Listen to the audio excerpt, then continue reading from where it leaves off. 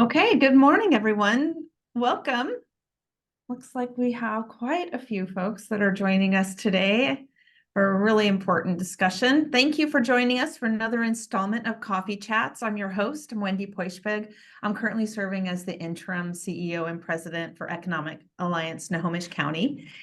And in December of 2023, the Port of Everett Commission unanimously passed resolution number 1220, directing port staff to submit a proposition to enlarge the limits of the existing port district to the Snohomish County Council for voter consideration. This historic measure, first since citizens voted to create the port more than a century ago, will consider enlarging the port district to include most of Snohomish County.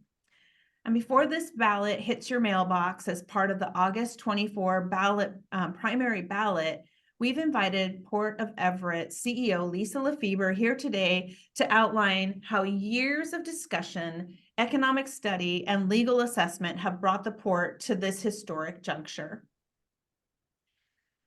and how the boundary expansion could position the port to bring value and economic opportunity to Snohomish County.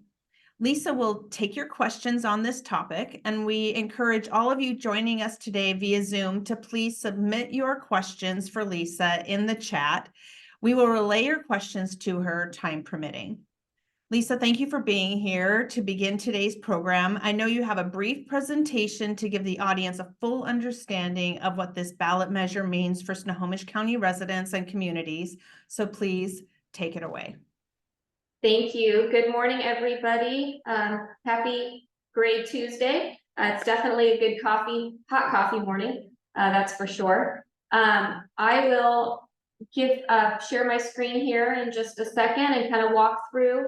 As I'm getting it set up here, I just wanted to make a note that because this is a ballot measure, this presentation is informational for the group only.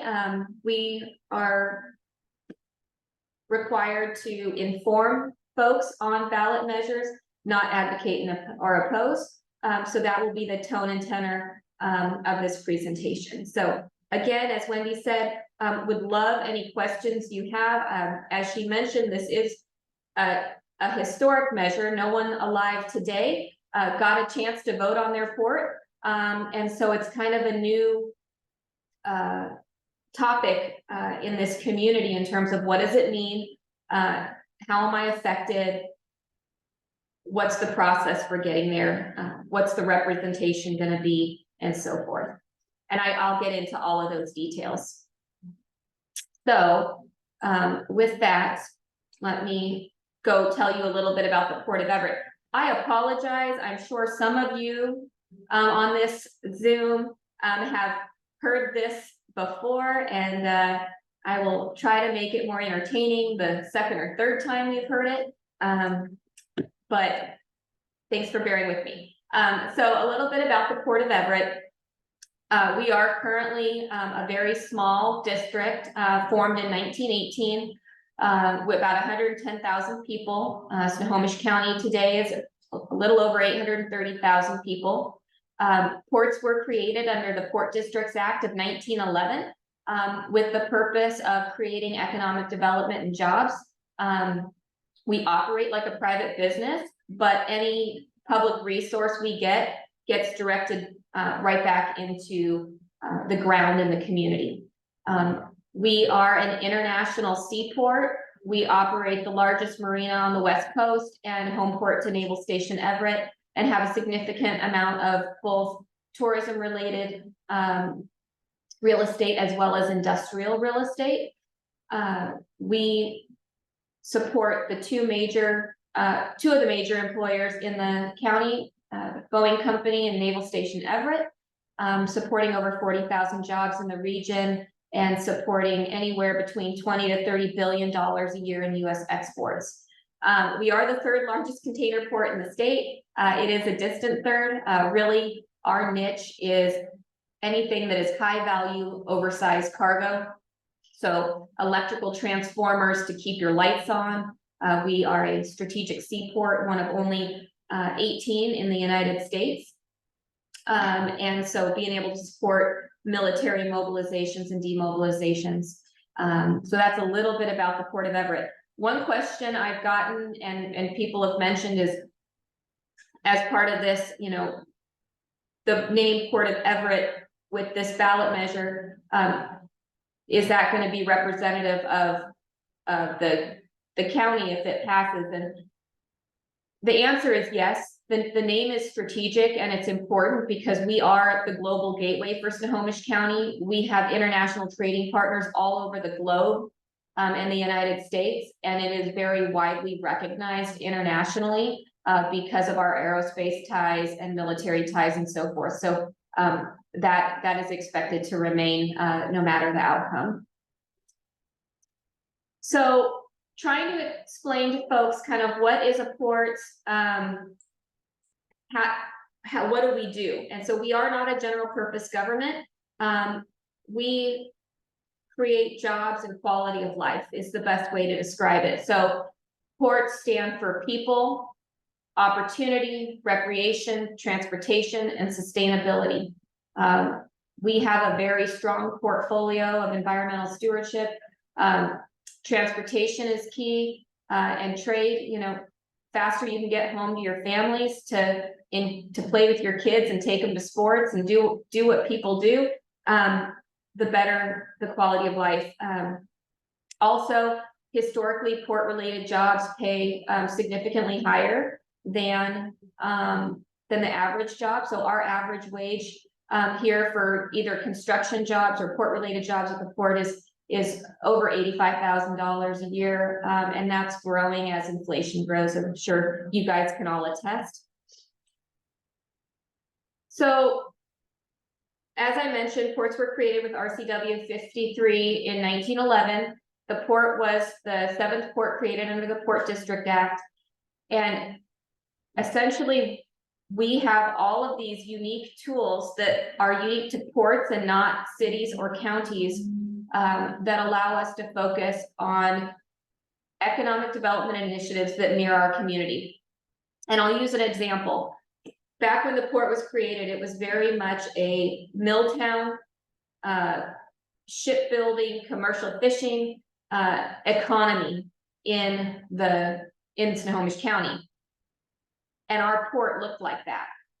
Today, we are very much advanced manufacturing. We still do shipbuilding. We have commercial, but it's growing in terms of our manufacturing and center of excellence, clean energy, things like that we support. And that's the beauty of a port, is it constantly evolves as the community and the landscape evolves. Which is part of the reason that we're having this discussion today, is that as the county has grown, our port boundaries have not, and so our tools of the trade that you see here cannot be used outside of our boundaries to help other cities or communities with their economic development goals, including port infrastructure funding that's unique only to ports. So how did we get here? This has been a question that I've struggled with since I got here, oh gosh, almost 20 years ago, was our boundaries make no sense. Why are our boundaries the way they are? And what we found was, through working with the auditor's office as part of this process, is the community and the citizens were focused on trying to capture World War I shipbuilding and economic opportunities tied to the war. And so there was this kind of hurry up to create a port that could help capitalize on some of these economic initiatives.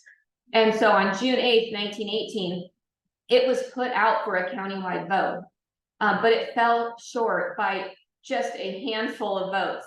And instead of trying to get those votes on the other side of the ledger, they essentially gerrymandered the boundaries to areas that overwhelmingly approved the port, put it back out the very next month, and the Port of Everett as it exists today was approved on July 13th, 1918. So that's the history. The reason that they don't make any sense is because it was not logical. It was strategic at the time. Ironically, almost immediately after the port was created, the armistice happened, and the first thing the port did was build the Mukilteo ferry terminal, and a laundry list of other projects throughout our history that I believe is on our website. So here's our boundaries. Our governance structure is we're governed by 3 elected port commissioners for 6-year terms. They hire the executive director, which in this case is me, and then I carry out the commission's policies and run the operation in the port. You could see we don't take in all of Everett, all of Mukilteo. We only take in portions of unincorporated Snohomish County and Hat Island. So what is this? The Port of Everett is one of the largest ports in the state, particularly a international trading port that is not countywide. You can see these are the ports in the state that have the ability to invest in all areas of their county, and Snohomish County is not on there. Even though Snohomish County is the fastest growing county in the state, only 15% of our community has access to port resources. So the port turned 100 in 2018, and the commission talked a lot about, hey staff, what would it take to put this out? What would it look like to enlarge the port boundaries? And we were tasked with going through the process to find out what was the legal framework to do it, what was the community's interest, and how all of that would work. What would the governance structure be, and so forth. And so we moved forward on that. One of the things I think that most of you probably know about me is that we could sit and talk about things for a long time and go nowhere, or we could ask the question, put it out, and at least know. And so that's where we're at. So we started doing a presentations, outreach. We've tried to meet with almost every city in the county. We've met with the county council, the executive's office, the tribe, the PUD. We've tried to really cover the county on areas of interest, chambers, rotaries. We've still got a lot more to do. As you guys know, it's a very large county. We can't get to everybody, but we're doing our best to help inform and gather feedback on kind of what this looks like. It all culminated with a community survey that we did with critical data to kind of understand what people's level of knowledge of the port was, their interest. Ironically, I love history. And so I think that this is ironic in that 1,500 so people responded to our informational survey. That's how many people approved the port back in 1918. So it's kind of ironic that there's some synergies there. These were all the communities that replied to the survey. We did have a variety of, we did everything we could to try to keep it to the areas outside our existing boundaries. I will get into it a little bit later, but the way the enlargement process works is current port district residents do not get to vote on this ballot measure. It's only the areas that are expanded into. And then interestingly, over 88% of the people who responded own their own home. So we're trying to get a sense of how often do people engage with the port. You could see the vast majority of the people that responded at least once a year, and 59% visit either daily, weekly, or once a month, either to live, work, or play down here. We asked people to rate in order of priority 1 to 10, kind of where where they saw these are a lot of our lines of effort in terms of creating jobs, helping improve transportation, community funding, enhancing the environment, keeping Snohomish County competitive, and supporting some of our county's largest employers. You can see the vast majority of people gave every line of effort a 7 or higher. Critical Data, who we used, said that's somewhat unusual. There's a lot of times where people will be like, oh, that's not important to me, I'm just going to give it a 1 or a 2. But in this case, a lot of people highly valued all of these lines of efforts, on average of 7 or above. Maintaining jobs, transportation, and environment, over anywhere between 40 to 46% of respondents gave that a 10, the highest score you could possibly get. So what did they say about how interested are you in having port resources offered in your community? The reason that we worded it that way is that right now we are not allowed to invest port resources outside of our community. So while we are the smallest taxing district in the county, it's about 18 cents a thousand. We invest 12 to 15 times that on port operating revenues back into the community. So there is opportunity for us to invest outside the county, but statutorily we're not allowed based on the size of our boundaries, which is one of the reasons that the commission asked us to look at an enlargement so that we can offer our resources into the growing parts of the county. You can see about 40-some% were either very interested or interested. There's a large portion that just were unsure, needed more information. A lot of people, when they think of a port, they think of water. We've got 75 ports in Washington state. Not all of them are around water. And that's why it's important that, you know, when we say we mirror the economies in which we operate, it doesn't necessarily have to be on the water for the port to invest. And we've done that in other areas. So for those of you who are on, this is a little bit of an eye chart. I'm sure we could, I think Wendy said that she'll send it out or post it or what have you, but this is how it broke down based on the communities. So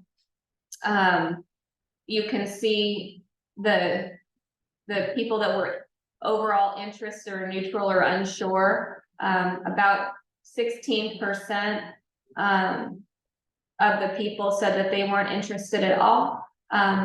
But the vast majority had some level of interest across the cities in Snohomish County, based on their variety of projects and economic development initiatives that they've been working on. So, as Wendy mentioned, on December 19th, 2023, the Port Commission voted to pass Resolution 1220 unanimously to send this to the County Council for consideration to go to the voters in August 2024. This is a map that shows our ports.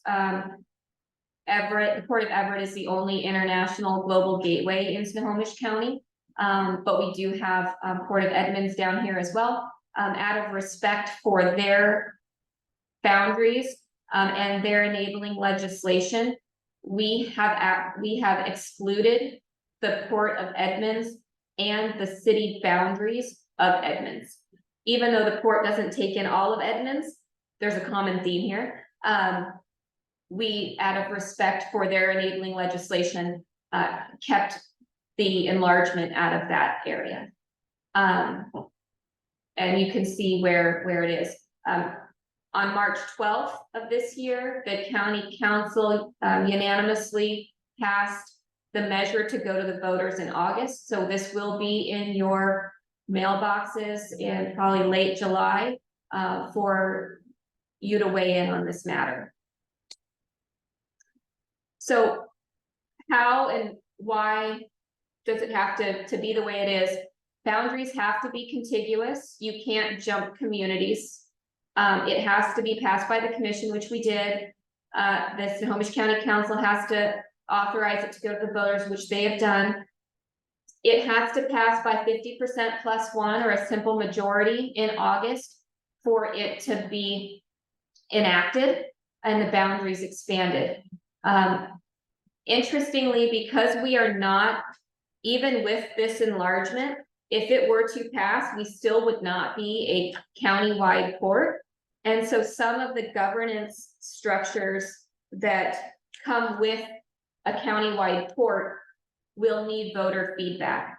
So if we were county-wide and this were to pass, it would automatically go to a 5-member board. Because this is not county-wide, but it's in a county over 400,000 people, then the very next election, we have to put out, hey, community, do you want a 3-member commission or do you want a 5-member commission? And if you want a 5-member commission, do you want 5 districts or do you want 3 districts and 2 at large? So that's how the process works. So if we have heard people say, oh, well, we don't want Port of Everett, commissioners deciding where our resources go. That won't be the case. It'll be a new governance structure. As the commissioners come up for election, they will have to run if they're in a district for a new office should they choose to do so. So that I just want to make sure that that's clear. There will be representation outside of Everett. So kind of the what's in it for me. One of the things that the ports are able to do is leverage local resources to bring in federal assets.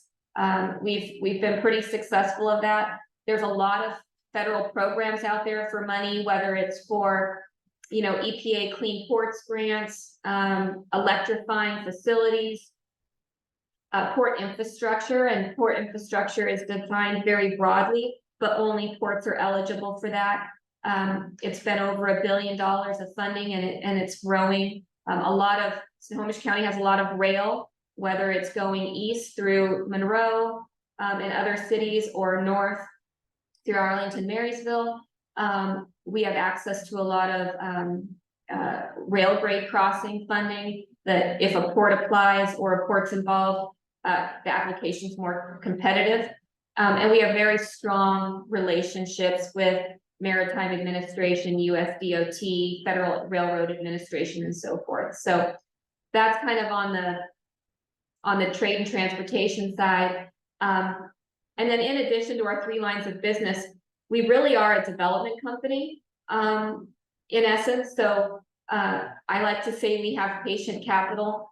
We make infrastructure investments to allow for economic development that may be really challenging to make pencil from a financial standpoint. And I'm sure if any of you are in the commercial real estate industry right now, you are finding it extremely challenging to make infrastructure investments and make projects pencil with the interest rates.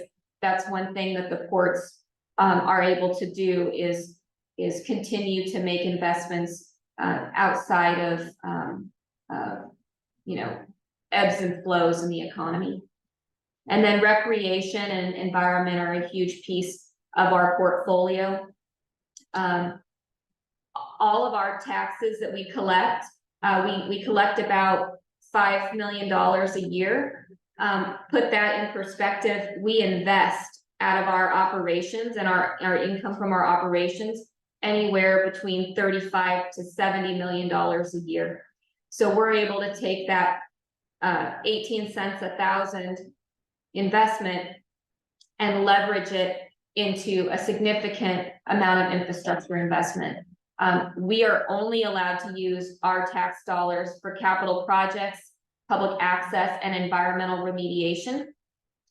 None of it can go to expanding our operations or paying staff, so that none of the tax dollars goes to my salary or any of our staff's salary.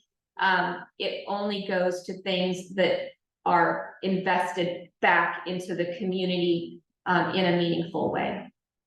And I think it is important to note that if this were to be approved, port taxes, because it's a special district, do not apply to tribal trust lands.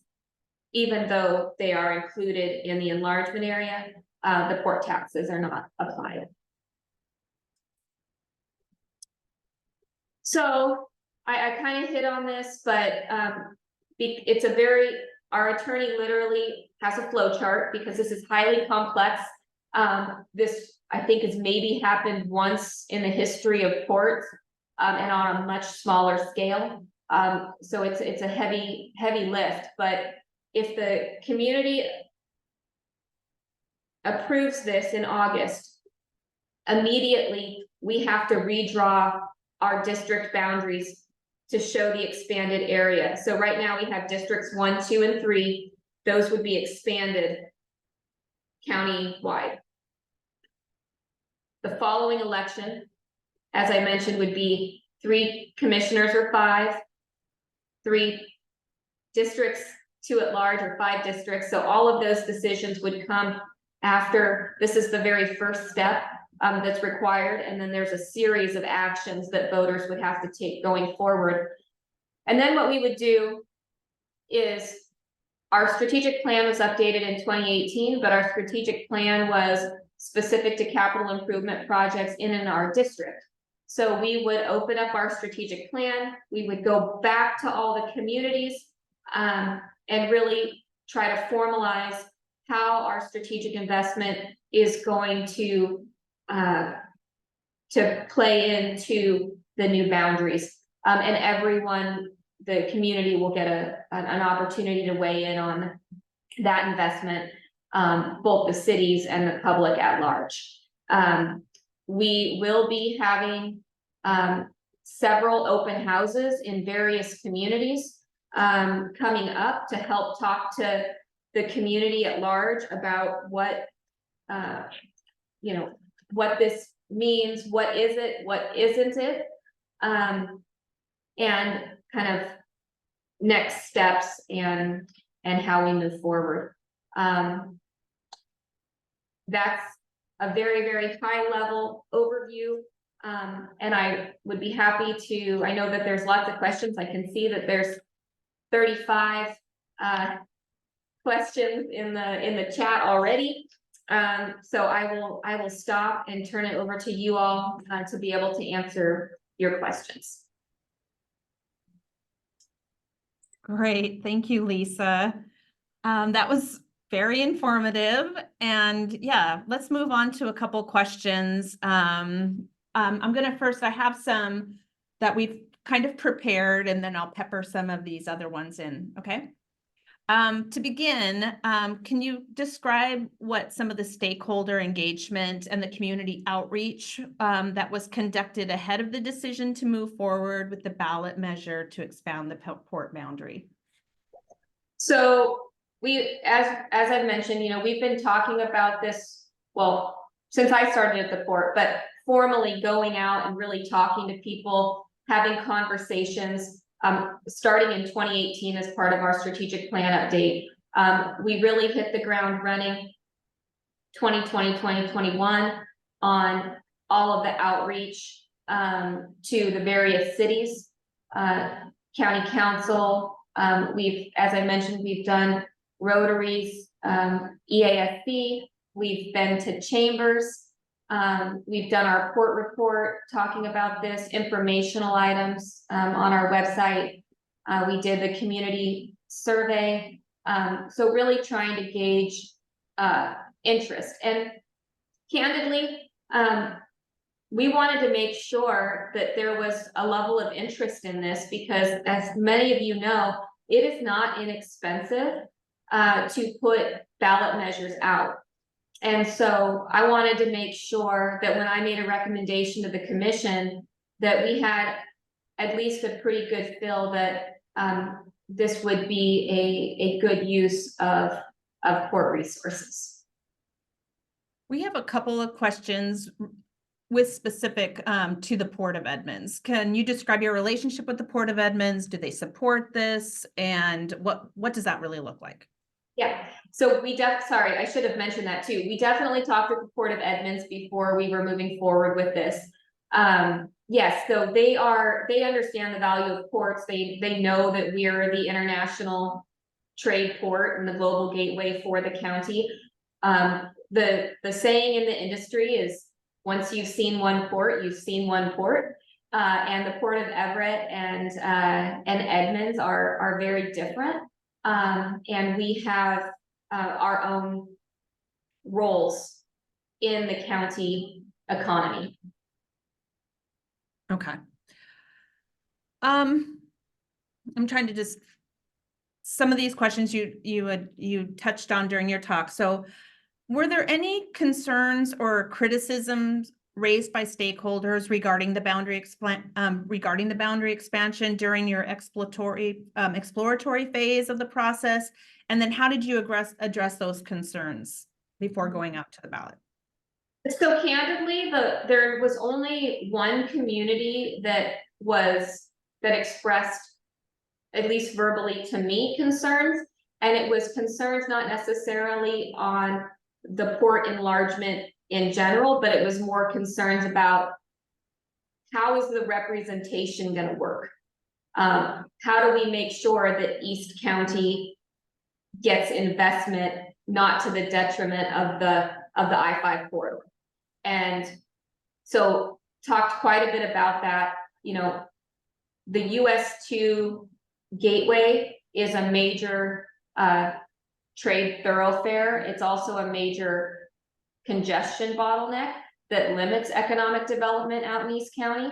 I think that's an area that we've talked about of focus and priority is how do we improve transportation access to East County to open up economic development, given the vast majority of people in East County have to travel into South County to get to work. Right. And I saw a note come through in my chat about that, you know, does the Port of Edmonds support this? I can't speak for the Port of Edmonds. Did they take a formal position in support of this? Not that I'm aware of, but I can tell you they have not expressed opposition to it to me. The big thing is they want to make sure is that their envelope and how their enabling legislation is set up is preserved. There has been talks, well, why don't you include the Port of Edmonds in this initiative? Candidly, this is a huge lift for our staff, even just to inform folks on how this process would go and how this enlargement would occur. Adding another entity or port into the fold, I wouldn't even know where to begin. And so candidly, that's why that wasn't, you know, from my standpoint, even considered at this point. Okay, thanks for touching on that. Who will have the opportunity to vote on the measure on the August primary ballot? It will be, I will share my screen again and show you.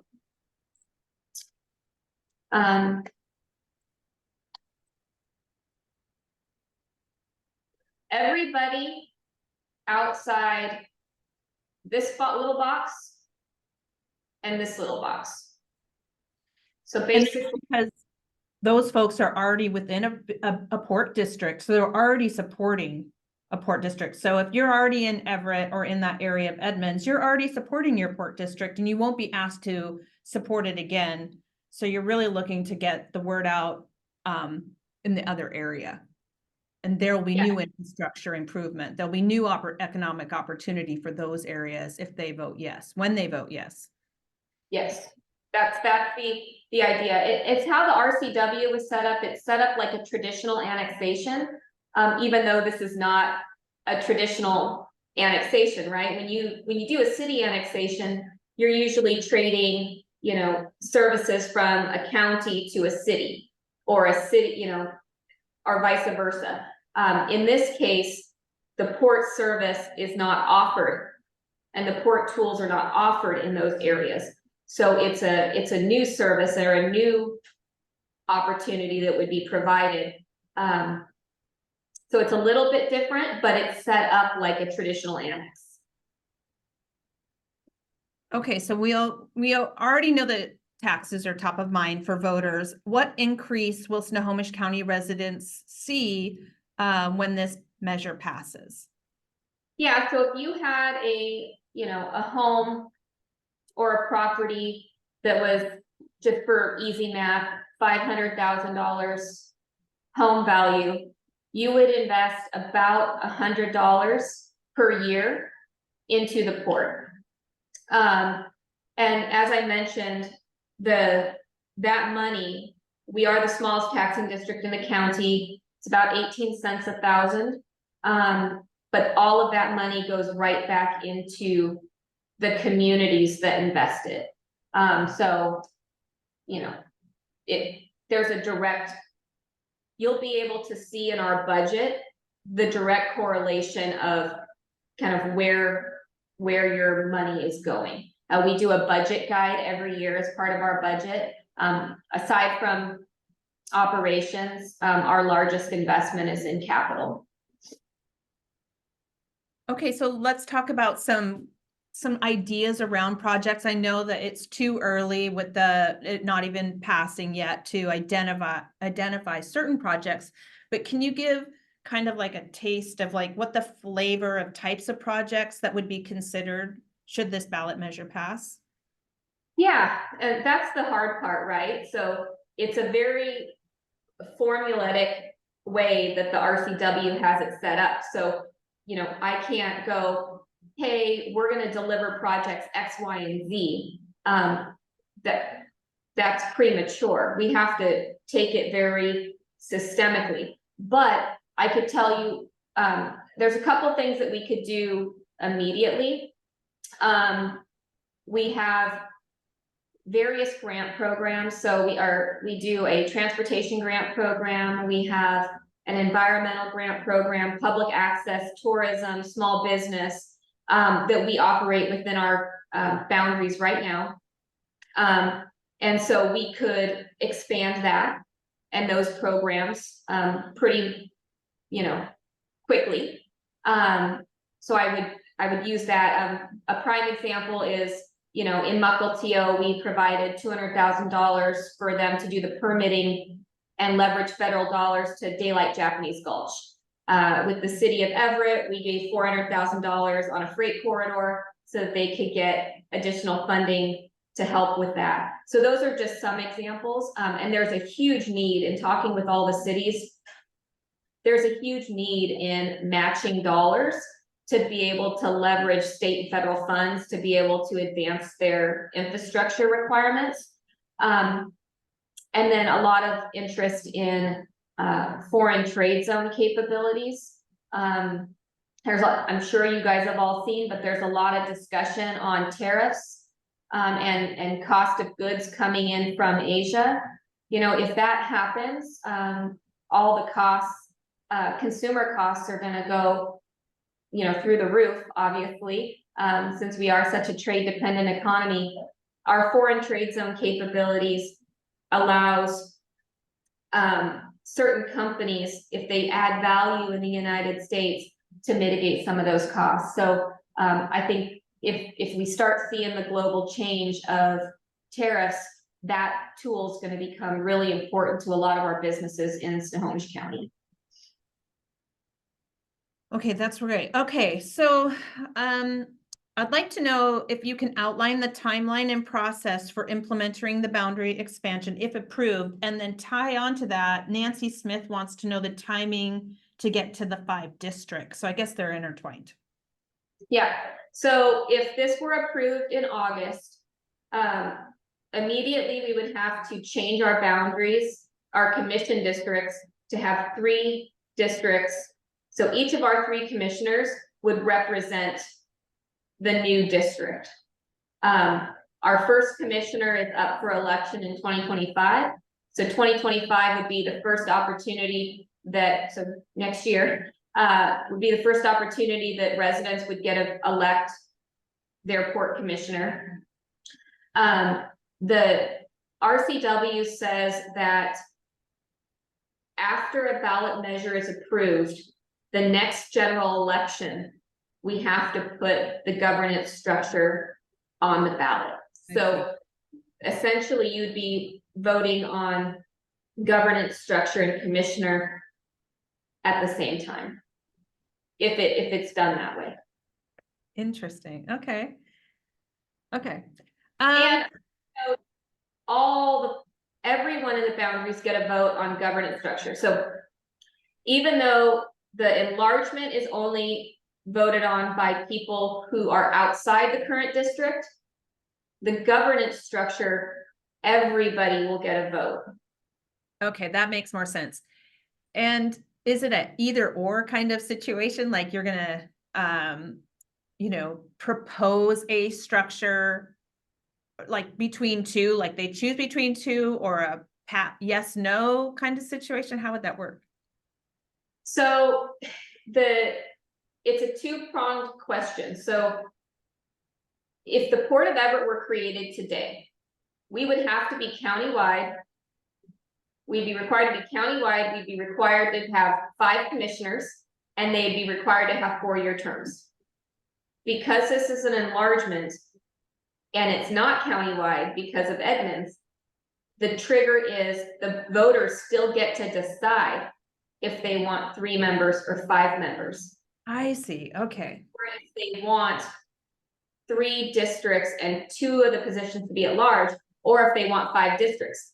Interestingly, all of the, like Seattle and Tacoma, because they were created countywide back in 1911, 1918, their commissioners are all at large. That's not allowed anymore. And so it's just, it's very complex. Yeah. Okay. How does the proposed expansion fit into the broader vision for the future growth and development of the existing port? Of the existing port. Yeah, so we are the Port of Everett, as I mentioned, we have the 3rd largest port in the state. A lot of people, I live and breathe port, so I understand the role that we play in the global economy. But we have very unique infrastructure, deep water seaport access, that businesses like to site around.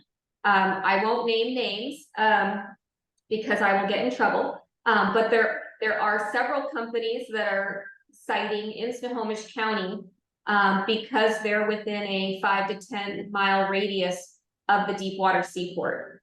When you're going out and you're marketing facilities and communities and jobs, they have a couple requirements. They like to be next to rail. They like to be next to 24/7 deep water seaport access and highways.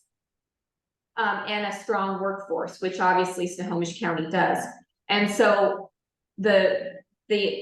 our ability to invest outside of our current boundaries will probably strengthen and enhance the seaport and marina operations for all the growth that would rely on those assets, if that makes sense. So there's definitely a synergy to economic development in North and East counties and South counties to the only deep water marine infrastructure, trade infrastructure in Snohomish County.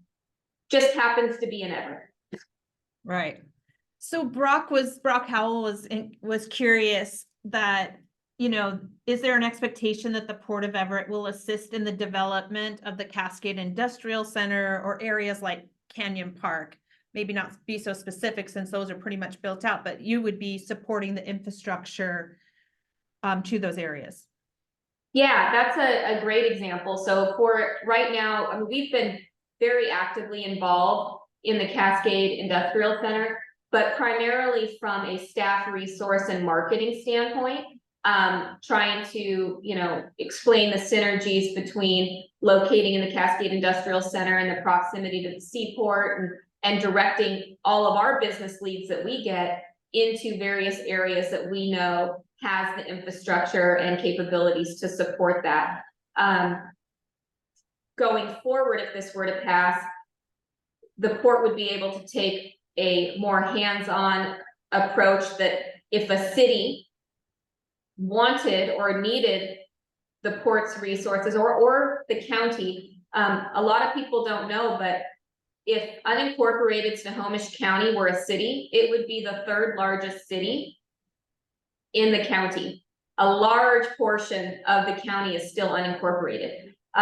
So if we, needed to help build a road or infrastructure or broadband to open up a plot of land for the community, or for either the city to invest in, or a private sector to invest in, that's the type of stuff we could do.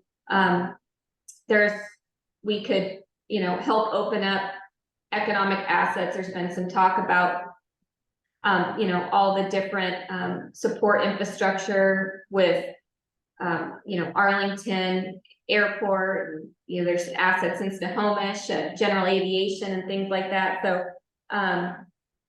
yeah, just trying to, it's hard to not be specific, but even with this, there is going to be more opportunity than there will be resources. That's just the story of ports in general, is that, there's just a lot of opportunity. So you touched on transportation and tourism. What about utilities? Would you be able to support new infrastructure for utilities?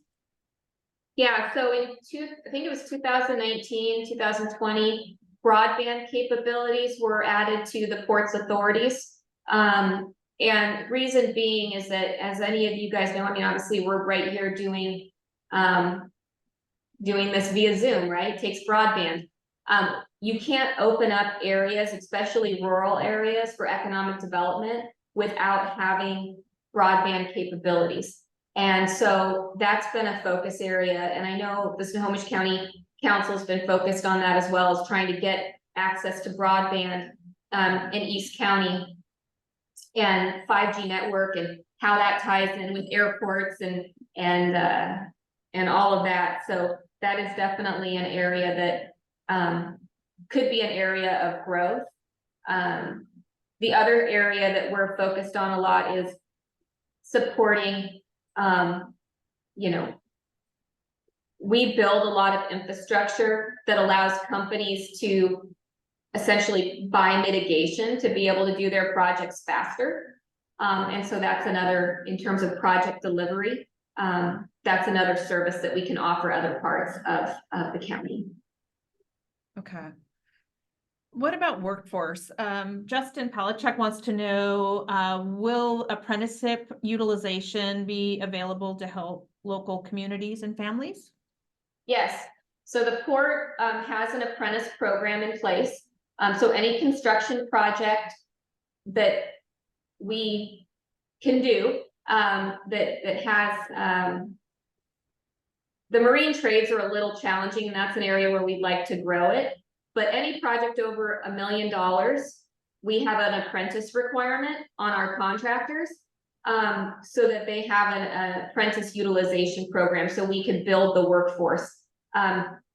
As you guys know, the cost of everything is going up, so not pretty much, it's hard to walk across the street for less than $1 million on the water, especially with marine infrastructure and utilities and so forth. And so a large portion of our capital program, if not all, has the potential for apprentice utilization. And obviously, if this were to pass, and the additional resources, since it all has to go back into the community via capital, that would grow the trades on that side. Well, then that eases me into this transition question from Ethan Fall. He would like to know, Would you be enacting project labor agreements to ensure that fair labor practices on your Port of Everett projects? So we don't do project labor agreements. We never really have. There's a lot of our folks that do. I'll give an example is, in the offshore wind industry, which is growing, not offshore wind in Washington State, but Puget Sound and Snohomish County has been identified as a key supply chain hub for supporting offshore wind in California. Offshore wind uses project labor agreements pretty regularly. A lot of our projects aren't large enough to justify a project labor agreement, but that's why we have the apprentice utilization, and we're constantly working with the trades to make sure that we are supporting them. I don't know if that answered the question or not. I should also note that our International Longshoremen's Union, they are not allowed to do project labor agreements, is my understanding. Okay. How does the expansion support the long-term goals for the county? Are you guys are you collaborating and aligning yourselves? Yeah, so actually I don't want to speak out of school, but I know that the county is working on updating their economic development strategy for the county. At the port, from a global perspective, I mean, the thing that Snohomish County is known for is that we build stuff, we make things, right? And we make really good, high quality products. And so from an economic development strategy, from the port standpoint, we've been looking at obviously supporting our aerospace industry, our military, anything in the maritime sector with respect to shipbuilding, which is going to be huge, not only for the Navy base and the tugs, but also the offshore wind. They need about 70 additional vessels just to be able to support the offshore wind in California area. And then I call it which probably not just me, but everybody, but the new frontiers, right? So anything related to ocean exploration and space exploration, those are really key areas of interest in, along with agriculture and tourism and trade here. So I think that we've been working very closely to make sure we're aligned, and we will continue to do so regardless of the outcome of this. Right. That kind of touches a little bit on a question that Bob Gotlin had. He stated that the port priorities seem to overlap with EASC. Port would be looking at the entire county. How do we see Port and EASC coordinating? And what if they have differing opinions on the issue? Well, Bob, that means EASC. No, just kidding. And then how will the port transportation investments be coordinated with SCIT? So yes. Let's talk, a little bit about how EASC and the port supports each other.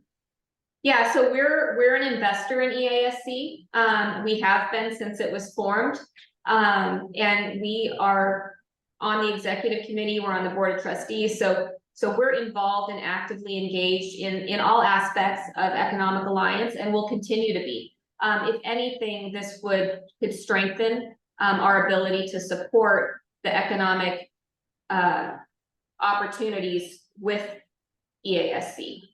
So it would accent it and complement it as opposed to conflict with it. I think that's probably the best way to say. Agreed. Yes. And, for us as, an organization that's trying to not only retain and expand our existing companies, when we go and attract new companies, having this infrastructure and investment only strengthens our area for new investment. So it's, as an economic development tool, it's quite an opportunity. Can you touch a little bit about the coordination with SCIT?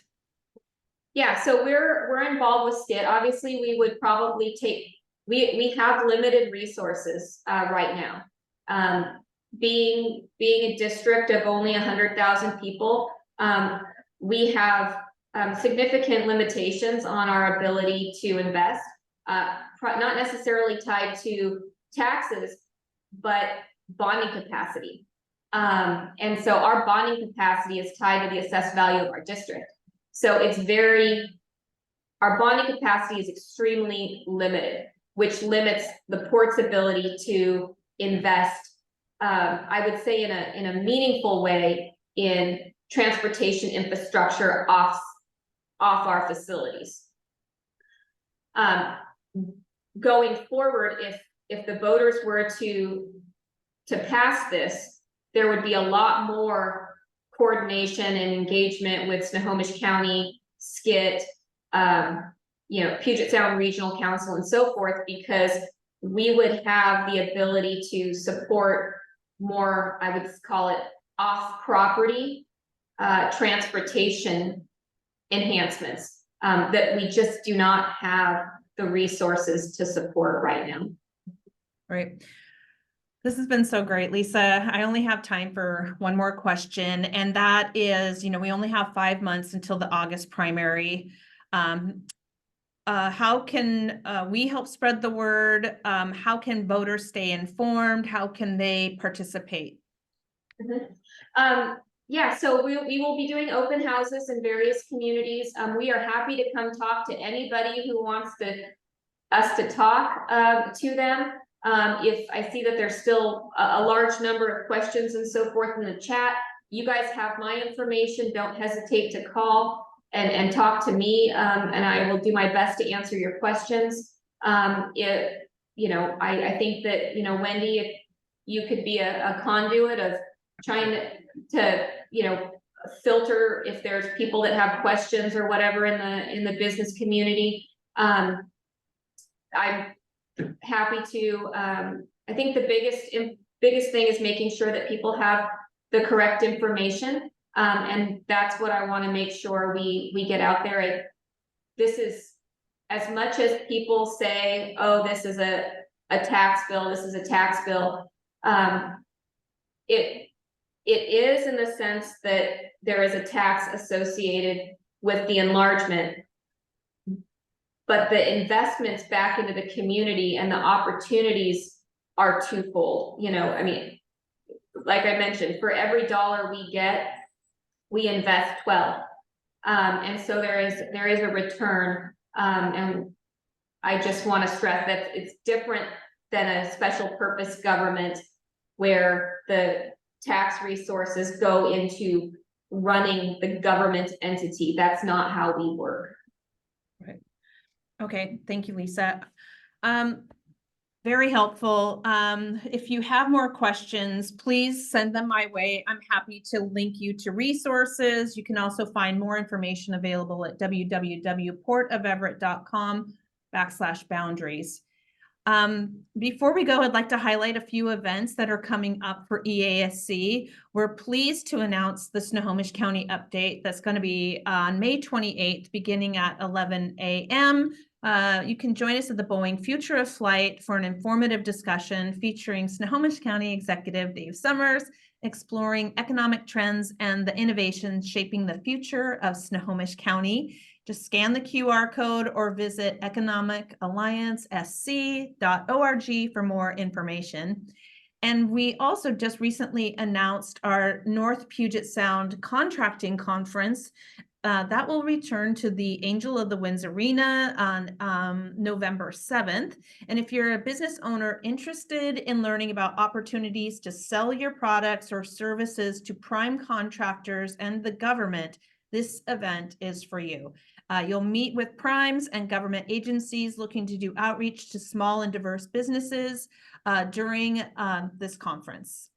Early bird pricing is available through May 12th, with additional discounts available to federal agencies, veteran-owned, and OMWBE certified businesses. Scan the QR code on the screen and visit economicalliancesc.org for more information. Okay, that concludes our coffee chat today. So we'll adjust to gallery view so we can all see your faces. Lisa mentioned that we build stuff, we make stuff, and a perfect place to get your skills is Everett Community College and the AmTech program. And so cheers, everybody. Thanks for joining us today. And I look forward to seeing you in the next couple of weeks. Take care.